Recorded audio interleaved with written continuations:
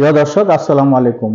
আজ 28শে অক্টোবর 2023 সনের এই দিনে গণতান্ত্রিক আন্দোলনে বিরোধীদের একটা মহাসমাবেশে ফ্যাসিস্ট শেখ হাসিনার পুলিশ বাহিনী এবং সন্ত্রাসী হামলা করে সেই মহাসমাবেশগুলি ভণ্ডুল করার চেষ্টা করেছিল এবং সেই দিনে কিন্তু শেখ হাসিনা পতনের বা একটা গণ আন্দোলনে একটা বীজ বনেছিল। আমরা দেখেছি যে সেই দিন থেকে সরকার বিরোধী সাধারণ মানুষের মধ্যে একটা মনোভাব সৃষ্টি হয়েছিল, যার পরিপ্রেক্ষিতে 2024 সনের 5ই আগস্ট শেখ হাসিনাকে এই বাংলাদেশ থেকে পালিয়ে যেতে হয়েছে। প্রিয় দর্শক,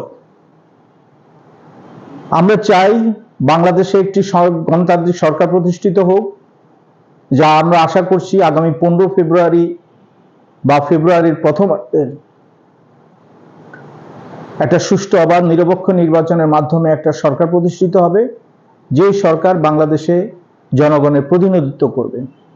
আমরা দেখতে চাই না গণতন্ত্রের উপর আর কখনো এরকম হামলা হোক, গণতন্ত্রের একটা স্রোতধারা বাধাগ্রস্ত হোক, বাংলাদেশের মানুষ গণতন্ত্রহীন হয়ে সরকারের বিরুদ্ধে ফুলে ফেঁপে উঠুক।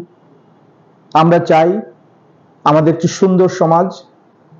আমরা চাই যেভাবে জিয়াউর রহমান বাংলাদেশে, শহীদ প্রেসিডেন্ট জিয়াউর রহমান বাংলাদেশে একটি উন্নয়নের রোল মডেল করেছিলেন, উন্নয়নের অগ্রযাত্রা নিয়ে গিয়েছিলেন, সেভাবে যেন এই দেশটা প্রতিষ্ঠিত হয় এবং নিরবিচ্ছিন্নভাবে 5 বছর পর পর যেন নির্বাচনের মাধ্যমে গণতান্ত্রিক সরকার প্রতিষ্ঠিত হয়, জনগণ যেন তাদের পছন্দ অনুযায়ী সরকার গঠন করতে পারে, সেই পরিবেশ পরিস্থিতি যেন বাংলাদেশে সৃষ্টি হয়। ধন্যবাদ সবাইকে। আসসালামু আলাইকুম।